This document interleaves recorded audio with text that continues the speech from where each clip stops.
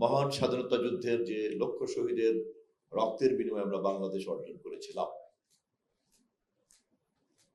সেই রক্তক্ষয়ী সংগ্রামের প্রধান লক্ষ্যই ছিল একটি সুখ শান্তি সমৃদ্ধশালী গণতান্ত্রিক বাংলাদেশ।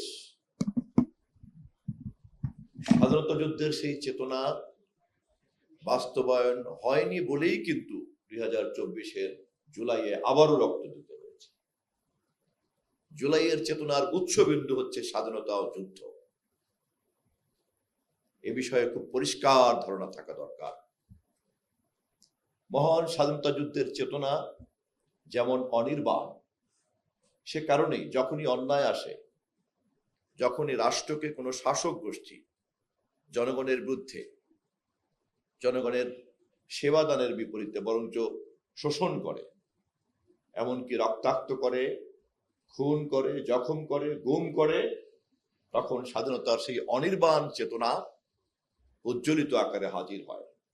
তারই সর্বশেষ প্রমাণ শহীদ মুগ্ধ সহ, শহীদ আবু সাইদ সহ সকলের জীবন দেওয়ার যে দৃশ্য আমরা দেখেছি।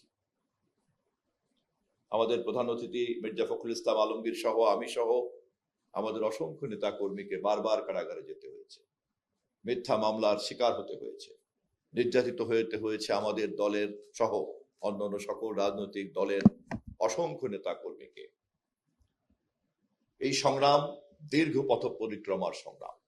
আমাদের মাতৃতুল্য নেত্রী দেশনেত্রী বেগম খালেদা জিয়াকে হেন কোনো অপমান নাই, হেন কোনো নির্যাতন নাই যা তাকে করা হয় নাই।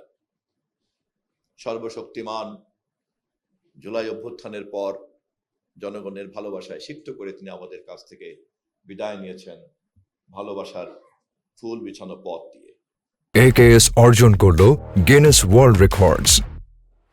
AKS আজ আমরা জুলাই এই শহীদকে স্মরণ করার সময় আমাদেরকে খুব স্পষ্টভাবে বুঝতে হবে, স্বাধীনতা যুদ্ধের পরে যুদ্ধের চেতনাকে প্রতিষ্ঠিত করার বদলে যারা যুদ্ধের প্রকল্পকে ব্যবসার প্রকল্প হিসাবে ব্যবহার করেছিলেন, আমরা জুলাইকে নিয়ে যেন তেমনি কোনো একটি লাভজনক প্রকল্পের কোনো উদ্যোক্তাকে দেখতে না পাই। পরিষ্কার থাকতে হবে, স্বাধীনতা যুদ্ধের অনির্বাণ চেতনাই জুলাইয়ের চেতনার মধ্যে এখন নিহিত এবং ভবিষ্যতেও বাংলাদেশের রাজনৈতিক প্রক্রিয়াকে একথা স্মরণ রাখতে হবে।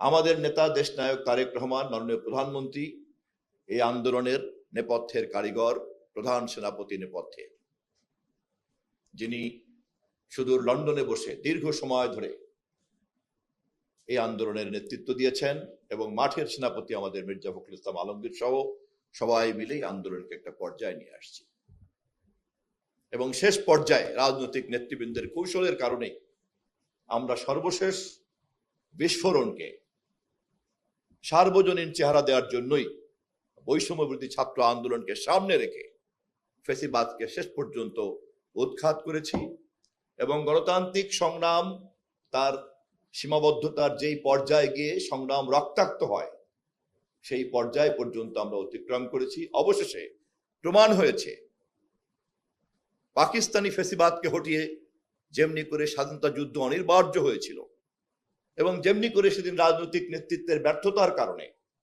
শহীদ রাষ্ট্রপতি জিয়াউর রহমানকে সেদিনকার মেজর হিসেবে বলতে হয়েছে, আমি major Zia, declare independence, we revolt,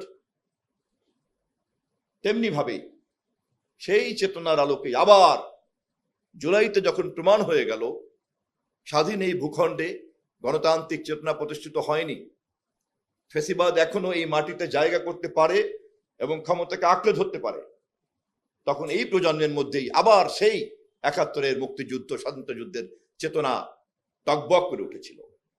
এটাই হচ্ছে জুলাইয়ের চেতনা। এর বাইরে জুলাইয়ের চেতনার কোনো ব্যাখ্যা বাংলাদেশ গ্রহণ করবে না, ইতিহাস গ্রহণ করবে না।